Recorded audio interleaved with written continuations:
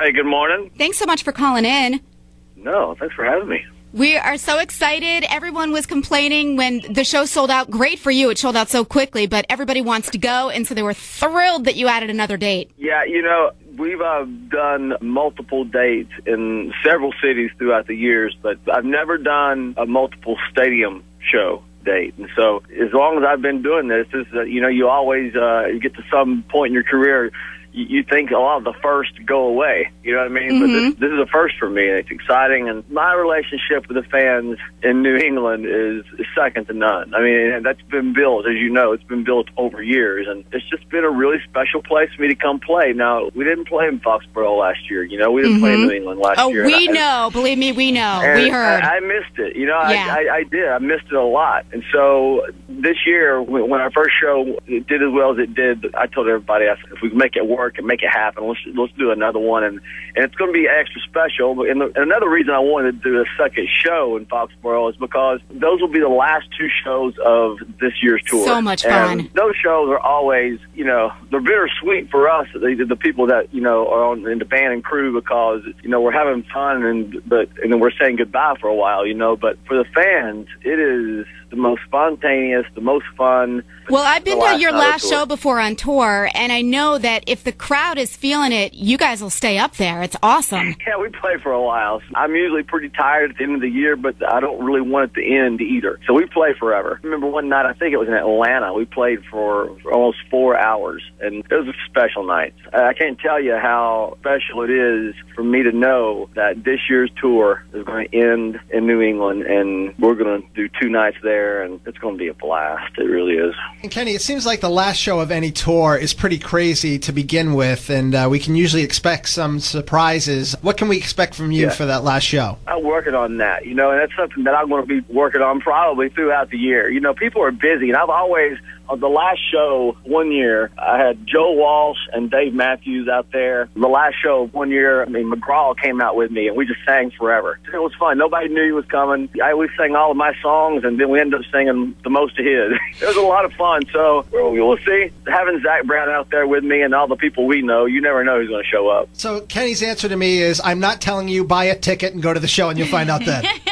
Yeah, that's right. Yeah, I really don't know what it'll be, but it's going to be something fun, I promise. Me and the band are very anxious. We start rehearsals on Monday, believe it or not, and we open our tour in less than 6 weeks. Now, I know that you're busy in between because you do rehearsal and you exercise and you do kind of all that stuff, but since you're going to be here for 2 days, are you going to go out in Boston? You're going to come to Providence? What are you going to do in between? Well, I don't know. It just depends. I don't even know if the Red Sox are playing. If the Red Sox are playing, I'll probably do a little bit of that. I've got to be a pretty good boy. It's still a school night, even though it's the last 2 shows of the year. Because there's nothing worse than going out and kind of forgetting your focus and going out there and having a lot of fun, and then thinking, oh my God, I've got to play in front of 50,000 people tomorrow night. Amanda, who's on the show with us, would be happy to be your tour guide at any point you need her. You got.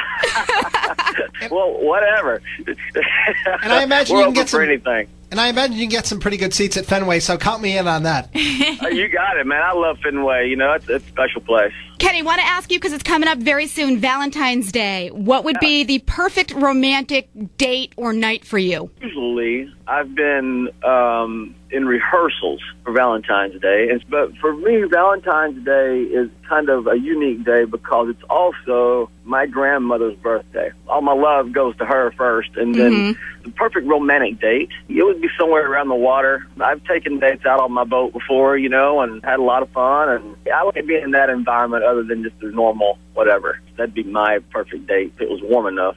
Very true. Well, we have to say congratulations, by the way, because right now it's really hard to get a song to the top of the charts, and you've had Somewhere With You on the top of the charts for 3 weeks in a row. Yeah, and that's been a really good record for me, and a great way to get the momentum start this year in the tour, and it's leading up to be a great summer. And thanks for saying that, because I've been very blessed to have a lot of songs do well, but it's been a while since I've had a song. We've had several number ones lately, but it's been a while since I've had one that stayed up there that long and really connected that long with a lot of people. And I just felt it was a very universal song, and it was a very relatable lyric and a very unique song. It's a little bit different of a sound for you, and it's great to hear you do it. Thank you. I felt it was a unique song for our format. It didn't sound like anything. And the first time I heard it, I went, that's what I was looking for. It was, people say, well, what are you looking for? I don't know until I hear it. But when I heard Somewhere With You, I felt like that it pushed me as an artist.